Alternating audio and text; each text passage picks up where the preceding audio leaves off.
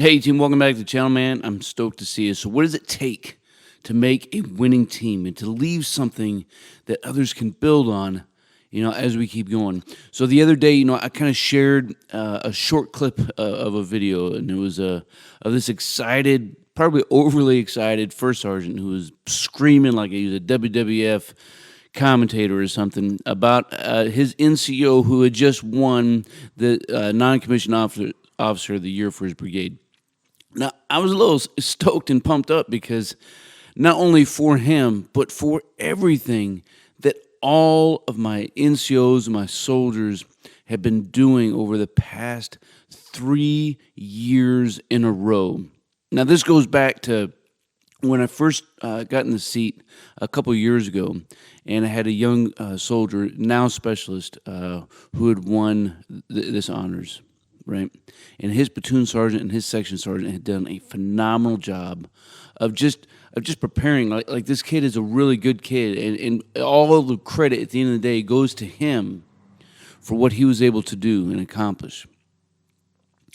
But we just kind of cultivated this ground that enabled something good to grow. Kind of using some fertilizer, right? I'll talk about this again later. And then the very next year, in between then and the very next year, by the time we won brigade honors again, we kept this drive going and saying, you know what, every win matters. And this is something that's going to come up every single quarter. So let's celebrate our story, right? You've heard me say things like this in the past. Celebrate the story, tell the story, control the story. And so that's exactly what we did. And by the time last year came around, I had my soldier and my NCO who each won, respectively, Soldier and NCO of the Year. And we won a couple more quarter boards, and then the next thing you know, we have this last board. And this one came down to the wire, so they say. But one company, soldier or NCO in this case, won again. One company out of, 4, 8, 12, 16, 17 companies, 17 companies in the brigade. And one of them has consistently won year after year and quarter after quarter. What is that, man? I'd love to take credit and say, look at all the things that I did. But truth be told, it's not what I did. All I did was say, I think this is important, team. We need to do this. We need to have a little bit of extra emphasis in this area because I think that it matters. It matters to get our soldiers and our NCOs out there and to help tell their story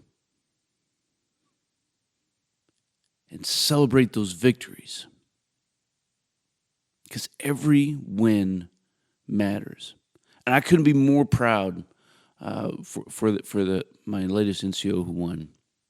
He did a phenomenal job of just taking something and doing what he always does, which is just apply the best of himself each and every single day. So, I don't. How do you do that? Because nobody does that, right? Nobody. No company, I don't want to say nobody, I don't mean like no me's out there, but no company consistently does these types of things. And I could go on and I could talk about some operational stuff that our company consistently turns weaknesses into strengths and challenges and overcomes them and comes out on top. But how do we do that? I think ultimately it comes down to how we decide that we need to lead ourselves and those who are in our charge. It comes down to basically two things. Right? The first one is we can, and I guess both work, right? And both can be effective. And there's, truth be told, there is dangers in both.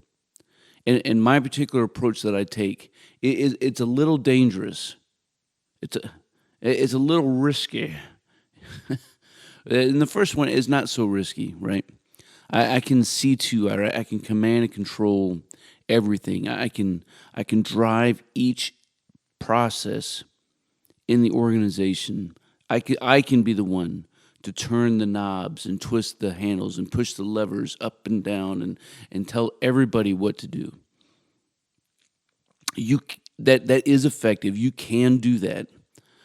But what I have discovered over the years is that this sort of leadership philosophy and approach to leadership doesn't really invite others into the story. It doesn't really create a sense of ownership. Does that make sense?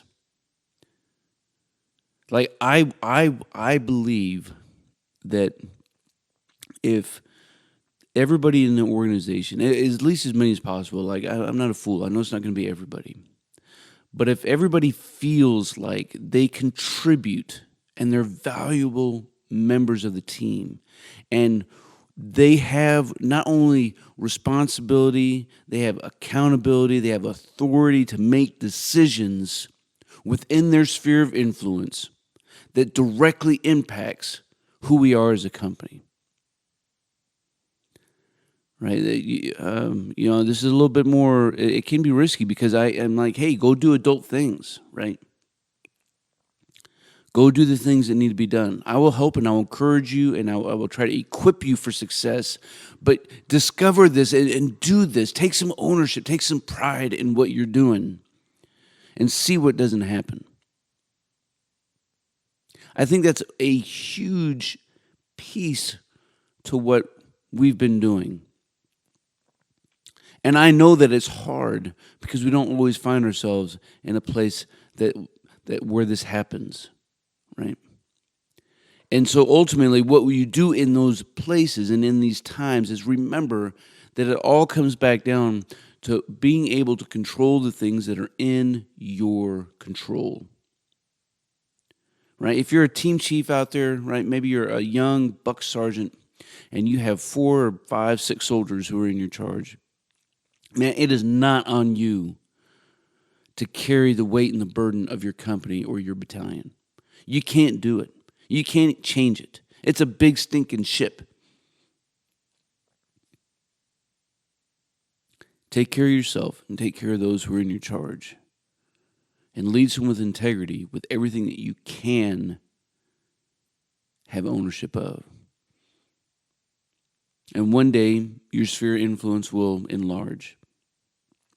And then you carry your same mindset. Don't let the grind you down, right?